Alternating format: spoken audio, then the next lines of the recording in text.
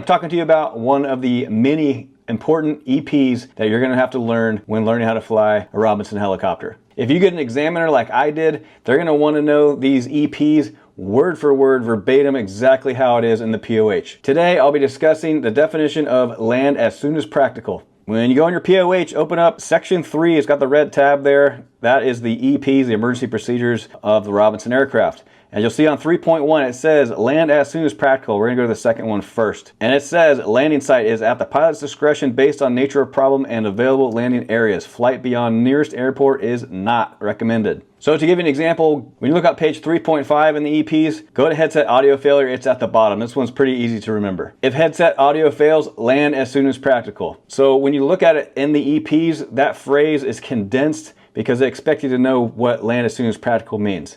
Now let's look at another one, 3.7. This is tachometer failure. If rotor or engine tach malfunctions in flight, use remaining tach to monitor the RPM. If it's not clear which tach is malfunctioning or if both tachs malfunction, allow governor to control the RPM and land as soon as practical. When you memorize these more and more, make sure you're not forgetting the note that is sometimes underneath one of these emergency procedures. Your examiner is going to expect you to know what that is also, so that's one of the extra things you're going to have to memorize. And we'll look at one more. This is an alternator failure. It's going to be at the bottom of 3.9. Alternator light comes on. It indicates a low voltage and possible alternator failure. Turn off non-essential electrical equipment and switch the alternator off and back on after 1 second to reset the alternator control unit. If light stays on, land as soon as practical. Continued flight without functioning alternator can result in loss of power to tachs, producing a hazardous flight condition.